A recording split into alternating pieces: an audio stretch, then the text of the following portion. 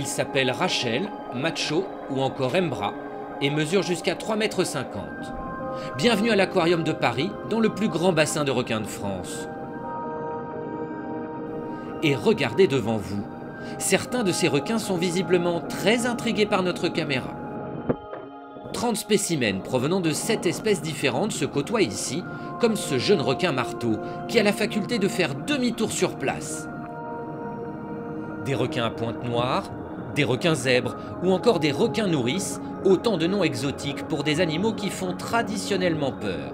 Et pourtant ce matin dans le bassin, 2 plongeurs évoluent paisiblement sur leur territoire sans aucune appréhension.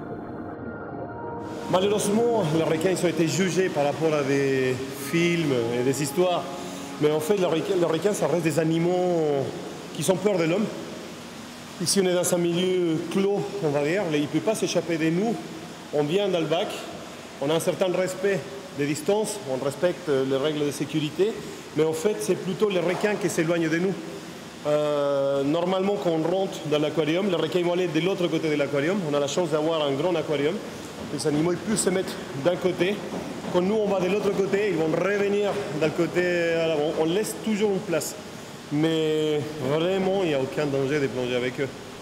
Et ce matin, sous les yeux émerveillés des enfants venus visiter l'aquarium, ces spécialistes des requins plongent dans le bassin pour récolter des œufs. Oui, ce n'est pas une blague, les requins pondent des œufs. C'est ce sac marron que les plongeurs éclairent avec leur lampe de poche. Et regardez, on distingue très nettement l'embryon qui se trouve à l'intérieur. Les œufs de requin sont assez gros, surtout les œufs de requin zèbre, hein, qui font presque 15 cm. Ce sont des œufs qui sont constitués en kératine. Donc on appelle ça la capsule de l'œuf, un petit peu comme la coquille de l'œuf de poule. Donc cette capsule est faite de kératine, c'est la même matière que les ongles et les cheveux. Et donc c'est une consistance un peu particulière, c'est transparent déjà, un petit peu comme des ongles, c'est marron et c'est assez lisse. Et 2 fois par semaine à 14h45 très précisément, c'est l'heure du repas. Les pensionnaires de l'aquarium ne rateraient ce rendez-vous pour rien au monde. Mais attention, ici il y a un protocole. En fonction des espèces dominantes, les requins viennent manger dans un certain ordre. Et pour les soigneurs, il est primordial de surveiller de près leur alimentation.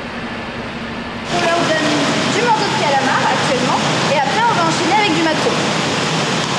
Et pourquoi vous leur donnez au bout d'une perche comme ça? Pourquoi vous ne jetez pas les morceaux dans l'eau? Alors ici on donne au bout d'une perche, tout simplement pour pouvoir surveiller ce que chaque individu mange.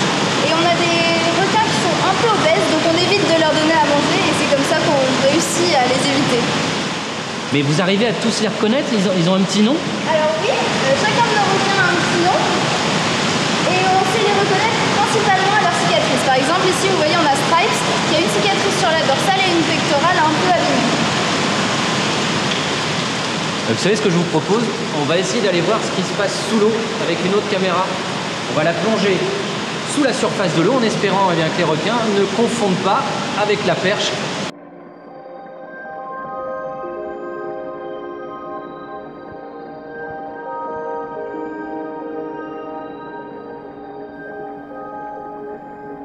Construit en 1878 sous la colline du Trocadéro, l'aquarium de Paris est le plus vieil aquarium du monde et il contribue à la sauvegarde de certaines espèces menacées, comme le requin zèbre, car avec la pêche intensive, les requins pourraient avoir totalement disparu d'ici 20 ans.